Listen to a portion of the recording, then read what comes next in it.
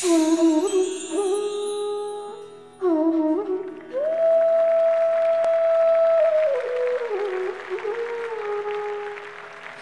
हैं कि जब कृष्ण जी बांसुरी बजाया करते थे तो गोपियां उनकी धुन पर मंत्रमुग्ध हो जाया करती थी।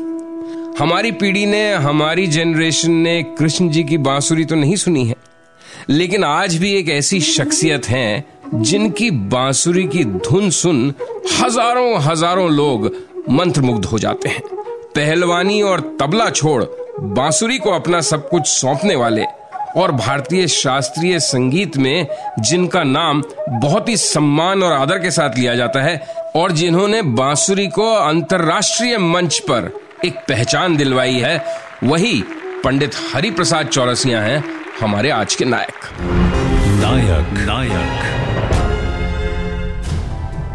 तो बताऊंगा आपको आज कि क्यों सरकार द्वारा दी गई एक सजा, एक पनिशमेंट बन गई पंडित जी के लिए वरदान। क्यों नाराज हो गए एक बार जाने माने फिल्म निर्माता निर्देशक ऋषिकेश मुखर्जी हरिप्रसाद चौरसिया से, और क्यों शास्त्रीय संगीत की एक बड़ी हस्ताक्षर अन्नपूर्णा देवी ने दे मारा तानपुरा पंडित हरिप्रसाद चौरसिया के सर पर। तो आज के हमारे नायक पंडित हरिप्रसाद चौरसिया का जन्मदिन भी है। हम सब की ओर से, बिग एफएम परिवार की तरफ से, आप सब सुनने वालों की तरफ से भी पंडित जी को जन्मदिन की ढेरों शुभकामनाएं। आप सुन रहे हैं 92.7 बिग एफएम पर हमारी खास पेशकश नायक। नमस्कार, अभिनंदन, आदाब, स्वागत है आपका हमारी खास पेशकश नायक में। मैं हूं संजीव श्रीवास्तव। बात कर रहे हैं हम आज महान बांसुरी वादक पंडित हरिप्रसाद चौरसिया की। पंडित हरिप्रसाद चौरसिया को नौकरी मिली थी ऑल इंडिया रेडियो में कटक में। अब चूंकि पहले किसी भी रेडियो स्टेशन पर कोई बांसुरी वादक नहीं हुआ करता था, इसलिए सबको बड़ी क्यूरियोसिटी थी कि भाई ये कौन है, खूबसूरत सा नौजवान घुंघराले बाल वाला। सब जानना चाहते थे कि ये कौन शख्स है। ज्यादातर आर्टिस्ट की कोशिश होती थी कि जब वो अपना प्रोग्राम रिकॉर्ड करें तो साथ में किसी न किसी तरह पंडित जी को भी अपने साथ खींच के स्टूडियो में ले जाएं, जिससे उनकी बांसुरी की धुनें भी उनके कार्यक्रम में चार चांद लगा सकें। एक लड़की भी काम करती थी साहब कटक रेडियो स्टेशन पे, जो बड़े ध्यान से लेकिन बड़े दूर से हमेशा देखा करती थी पंडित जी को। ये लड़की जो बड़ा मीठा गाती थी, वो कभी पंडित जी से ये रिक्वेस्ट नहीं करती थी। अब ये जो लड़की उन्हें इग्नोर करती थी, उसकी तरफ पंडित जी का ध्यान गया। खैर, बातचीत का सिलसिला शुरू हुआ, दोस्ती हुई और फिर धीरे धीरे ये खुलासा हुआ कि दरअसल वो लड़की पंडित जी की बांसुरी की दीवानी है। लेकिन चूंकि वो जब देखती कि पंडित जी तो लोगों की भीड़ में घिरे हुए हैं, तो उसको गुस्सा आ जाया करता था। पंडित जी उसकी इस अदा पर मोहित हो गए। चुपचाप दोनों ने शादी कर ली। उसी दौरान पंडित चौरसिया जी के पिताजी का तार आया इलाहाबाद से कि फौरन घर पहुंचो। पंडित जी फौरन इलाहाबाद गए और जब लौट कर आए कुछ दिनों बाद, तो सब लोग क्या देखते हैं कि पंडित जी के साथ एक और पत्नी थी उनकी। पिताजी ने घर बुलाकर जबरदस्ती पंडित जी की शादी करवा दी थी। तो जनाब, पंडित हरिप्रसाद चौरसिया की दो पत्नियां हैं, लेकिन पंडित जी इस विषय पर कभी ज्यादा कुछ बोलते नहीं। इसलिए हम भी इस प्रसंग को यहीं छोड़ेंगे। सिर्फ आपको यह बताते चलें कि उनकी दोनों ही पत्नियों में बहुत अच्छा मधुर रिश्ता है और परिवार बहुत सुखी है। आगे बताऊंगा कि क्यों सरकार ने तो दी पंडित हरिप्रसाद चौरसिया को सजा, लेकिन वो बन गई पंडित जी के लिए एक वरदान। बहुत ही दिलचस्प किस्सा है, कहीं जाइएगा नहीं, बने रहिए हमारे साथ और सुनते रहिए नायक। नमस्कार, अभिनंदन, आदाब, स्वागत है आपका हमारी खास पेशकश नायक में। मैं हूं संजीव श्रीवास्तव। बात कर रहे हैं हम आज महान बांसुरी वादक पंडित हरिप्रसाद चौरसिया की। तो ऐसा क्या हुआ कि सरकार ने तो पंडित हरिप्रसाद चौरसिया को सजा दी, लेकिन वो सजा बन गई पंडित जी के लिए एक वरदान। हुआ यूं कि जब कटक में पंडित जी काम करते थे, तो धीरे धीरे उनके नाम की, उनकी कला की ख्याति, उनका यश चारों तरफ फैलने लगा। तो रेडियो स्टेशन के काम पर कुछ कम ध्यान देने लगे और म्यूजिक कॉन्सर्ट्स पे, संगीत सम्मेलनों में उनकी शिरकत ज्यादा होने लगी। लोगों ने शिकायत करनी शुरू कर दी कि पंडित जी अपनी नौकरी पर ध्यान नहीं देते। उनको कई वार्निंग्स मिली, लेकिन जब पंडित जी ने सुना नहीं, तो सरकार ने गुस्से में उनका तबादला कर दिया बंबई। अब बंबई पहुंचना तो पंडित हरिप्रसाद चौरसिया जी के लिए जैसे ब्लेसिंग इन डिस्गाइज साबित हुआ। उनकी कला की ख्याति पहले ही बंबई और फिल्म उद्योग तक पहुंच चुकी थी। आने लगे फिल्म इंडस्ट्री से ऑफर्स। काम इतना मिलने लगा पंडित हरिप्रसाद चौरसिया को कि उनके पास ऑल इंडिया रेडियो बंबई के स्टूडियो में उपलब्ध होने की फुर्सत दिन ब दिन कम होने लगी।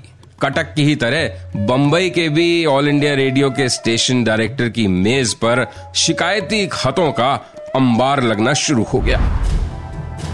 होने लगी कॉन्स्पिरेसी हरिप्रसाद चौरसिया जी के खिलाफ और मिल गया उनके अधिकारियों से उन्हें एक अल्टीमेटम कि या तो ढंग से काम करो या नौकरी छोड़ दो। अब बड़ी दुविधा में फंसे। खैर साहब, बड़ा सोचा विचारा पंडित जी ने, अगर कुछ बनना है, आगे बढ़ना है तो ये खतरा तो उठाया जाएगा। छुट्टी के दिन, रविवार के दिन पंडित हरिप्रसाद चौरसिया जी ने इस्तीफा दिया। जैसे ही अगले दिन दफ्तर खुले, उनका इस्तीफा, शिकायतें उनके खिलाफ इतनी मिल चुकी थी, बिना किसी सवाल के, हील हुज्जत के फौरन स्वीकार कर लिया गया। और यहीं से शुरू हुआ पंडित हरिप्रसाद चौरसिया के जीवन में एक नया अध्याय। नमस्कार, अभिनंदन, आदाब, स्वागत है आपका हमारी खास पेशकश नायक में। मैं हूं संजीव श्रीवास्तव। बात कर रहे हैं हम आज महान बांसुरी वादक हरिप्रसाद चौरसिया जी की, जिनका आज जन्मदिन भी है। तो साहब, ऐसा क्या हुआ एक बार कि ऋषिकेश मुखर्जी, जाने माने निर्माता निर्देशक, बुरी तरह बिफर उठे जैसे पंडित हरिप्रसाद चौरसिया पर। हुआ यूं कि जब सरकारी नौकरी छोड़ पूरी तरह से फिल्म इंडस्ट्री के साथ जम गए तो उनके सपनों की उड़ान भी कुछ और छलांग मारने लगी। पंडित जी ने सोचा कि क्यों नहीं अब मैं फिल्म प्रोड्यूसर भी बन जाऊं। 70s के डेकेड की बात कर रहे हैं साहब हम। तो हरिप्रसाद जी गए राजेश खन्ना के पास, कहा कि मैं फिल्म करना चाहता हूं, साइन करोगे? उन्होंने बिना कोई सवाल पूछे, न स्टोरी के बारे में पूछा, न पैसों के बारे में पूछा, बस फिल्म के प्रोजेक्ट पर साइन कर दिया। फिर गए हरिप्रसाद चौरसिया जी जया भादुड़ी के पास। वो भी बड़ी नायिका, बड़ी स्टार उस जमाने की। जया भादुड़ी भी तैयार हो गई। हरिप्रसाद चौरसिया जी को अब तलाश थी एक काबिल डायरेक्टर की। पहुंचे वो ऋषिकेश मुखर्जी के पास और बोले कि मैं फिल्म बनाने जा रहा हूं, राजेश खन्ना और जया भादुड़ी को साइन कर चुका हूं, बस आप फिल्म डायरेक्ट कर दीजिए। ऋषिकेश मुखर्जी ने देखा एक बार हरिप्रसाद चौरसिया जी को और कहा कि पागल हो गए हो क्या? प्रोड्यूसर बनके बर्बाद होना है क्या? मैंने दसियों लोगों को ये फिल्म बनाने के ख्वाब के चक्कर में अपना सब कुछ लुटाते हुए, बर्बाद करते हुए देखा है। मैं तुम्हारे को ऐसा नहीं करने दूंगा, छोड़ दो ये आइडिया। पंडित हरिप्रसाद चौरसिया जी के शायद दिनमान अच्छे चल रहे थे। उनके बात फौरन समझ में आ गई। उन्होंने वहीं फिल्म प्रोड्यूसर वाला अपना बोरिया बिस्तर बांधा और उस आइडिया को ड्रॉप कर दिया। और आज भी हरिप्रसाद चौरसिया जी उस बात के लिए ऋषिकेश मुखर्जी जी का एहसान मानते हैं, ग्रेटफुल हैं। नमस्कार, अभिनंदन, आदाब, स्वागत है आपका हमारी खास पेशकश नायक में। मैं हूं संजीव श्रीवास्तव। बात कर रहे हैं हम आज महान बांसुरी वादक पंडित हरिप्रसाद चौरसिया जी की। आगे बढ़े उससे पहले एक बार मेरी तरफ से 92.7 बिग एफएम परिवार की तरफ से उनको जन्मदिन की ढेरों शुभकामनाएं। तो ऐसा क्या हुआ एक बार कि जानी मानी सितार वादिका अन्नपूर्णा देवी ने तानपुरा अपना उठाकर दे मारा पंडित जी के सर पर। पंडित हरिप्रसाद चौरसिया शुरू से ही संगीत की फॉर्मल ट्रेनिंग लेना चाहते थे। महान संगीतकार अलाउद्दीन खान हमेशा कहा करते थे कि अगर संगीत किसी से सीखना है तो उनकी बेटी, जो बहुत अच्छा सितार बजाती थी, अन्नपूर्णा देवी, उनसे जाकर सीखना। खैर साहब, बड़ी मुश्किल से वो अन्नपूर्णा देवी से मिले, उनको मनाया, समझाया कि मेरी गुरु बन जाइए, मुझे संगीत सिखाइए। अब सबसे पहले जो शिक्षा दी अन्नपूर्णा देवी जी ने, वो ये दी कि अब तक तुमने जो कुछ सीखा है पहले तो वो भूलो। हरिप्रसाद चौरसिया जी ने उसी दिन से उल्टे हाथ से बांसुरी बजाना शुरू कर दिया। ध्यान रहे कि तब तक पंडित जी हमेशा सीधे हाथ से बांसुरी बजाया करते थे। ये वो दौर था जब हरिप्रसाद चौरसिया जी को अपनी बांसुरी बजाने के साथ साथ बहुत हिलने डुलने की, कुछ कूदने की सी भी आदत थी। एक दिन जब वो बांसुरी बजा रहे थे और साथ में मटक रहे थे तो अन्नपूर्णा देवी को इतना गुस्सा आया कि उन्होंने अपने हाथ का तानपुरा उठा, दे मारा हरिप्रसाद चौरसिया जी के सर पर। तानपुरे के टुकड़े टुकड़े हो गए। लेकिन शिष्य की भक्ति देखिए आप। तानपुरे के टूटे हुए टुकड़े वो अपनी गुरु माँ को थमा रहे थे। तो अपनी गुरु माँ का इतना आदर करते थे, उनके लिए मन में इतनी श्रद्धा रखते थे, तभी तो अपनी कला में इतने पारंगत हो पाए हरिप्रसाद चौरसिया जी। आगे बताऊंगा आपको कि कैसे एक जानलेवा एक्सीडेंट के बावजूद बुरी तरह से घायल पंडित हरिप्रसाद चौरसिया पहुंच गए एक कॉन्सर्ट में बांसुरी बजाने के लिए। जानने के लिए आप बने रहिए मेरे साथ और सुनते रहिए नायक। नमस्कार, अभिनंदन, आदाब, स्वागत है आपका हमारी खास पेशकश नायक में। मैं हूं संजीव श्रीवास्तव। बात कर रहे हैं हम आज महान बांसुरी वादक पंडित हरिप्रसाद चौरसिया जी की।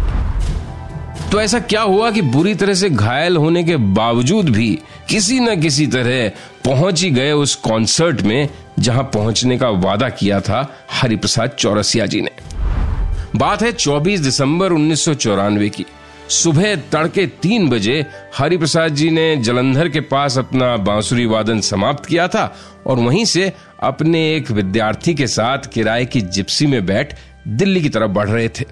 दिल्ली से उनकी फ्लाइट थी सुबह 8 बजे की कलकत्ता के लिए, जहां उन्हें एक कॉन्सर्ट में भाग लेना था जो उनके एक दोस्त रवि किचलू की याद में आयोजित किया जा रहा था। बहुत ही गहरी धुंध भरी रात थी, ऊपर से बारिश हो रही थी तेज। दिल्ली और जालंधर के बीच गाड़ी कहीं पे फिसली, तेजी से घूमी और एक लैंप पोस्ट से टकरा गई। विंडशील्ड चूर चूर हो गई। शीशे का एक टुकड़ा चौरसिया जी के स्टूडेंट की आंख में घुस गया। हरिप्रसाद चौरसिया जी खुद अपनी बाईं ओर बहुत तेज दर्द महसूस कर रहे थे और अपना बायां हाथ हिला नहीं पा रहे थे। अंधेरा, बारिश, सुनसान इलाका, इंतजार के अलावा कोई और चारा नहीं था। आधे पौन घंटे बाद वहां पास से एक और वाहन निकला, उसको जैसे तैसे रोका और फिर उसके साथ किसी तरह दिल्ली पहुंचे चौरसिया जी। एक तरफ तो उन्हें अपने ड्राइवर और स्टूडेंट की चिंता थी जिन्हें वो रास्ते में एक अस्पताल में भर्ती करवा आए थे, और दूसरी तरफ था उनका वादा कि मैं अपने दोस्त की याद में हो रहे कॉन्सर्ट में शामिल होने जरूर आऊंगा। जैसे तैसे फ्लाइट पकड़ी और पहुंच गए कलकत्ता हरिप्रसाद चौरसिया जी। बहुत दर्द हो रहा था, बायां हिस्सा शरीर का हिल नहीं रहा था। लेकिन न सिर्फ चौरसिया जी उस कॉन्सर्ट में पहुंचे, बल्कि पूरे 1 घंटे तक अपने बांसुरी वादन से वहां उपस्थित दर्शकों को मंत्रमुग्ध रखा। ये एक ऐसा वाकया है जो इस बात को स्थापित करता है कि छोटी मोटी तकलीफों से तो खैर डरते नहीं थे वो, लेकिन साथ ही अपने वचन के कितने पक्के थे, और दोस्त जो नहीं रहा उसके लिए भी कैसी उनके मन में वफादारी थी, प्यार था। नमस्कार, अभिनंदन, आदाब, स्वागत है आपका हमारी खास पेशकश नायक में। मैं हूं संजीव श्रीवास्तव। बात कर रहे हैं हम आज महान बांसुरी वादक पंडित हरिप्रसाद चौरसिया जी की। आज उनका जन्मदिन भी है। उनको जन्मदिन के शुभ अवसर पर हम सब की तरफ से शुभकामनाएं। तो कैसे हरिप्रसाद चौरसिया जी ने एक राग की रचना की इंदिरा गांधी के नाम पर। दुनिया भर के बड़े बड़े लोग उनके दीवाने हो रहे थे। श्रीमती इंदिरा गांधी भी उनमें से एक थी।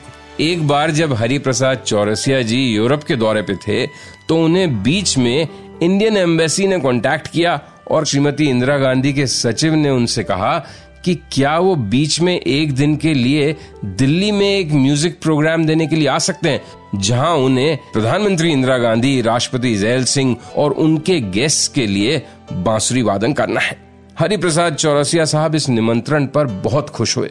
उन्होंने कहा, मैं जरूर वापस आऊंगा एक दिन के लिए। अब जब दिल्ली पहुंचे तो देखते हैं कि खुद राजीव गांधी उन्हें रिसीव करने एयरपोर्ट पर पहुंचे हुए हैं, और फिर शाम 5 बजे उनकी परफॉर्मेंस के लिए लेने के लिए भी राजीव गांधी खुद पहुंचे।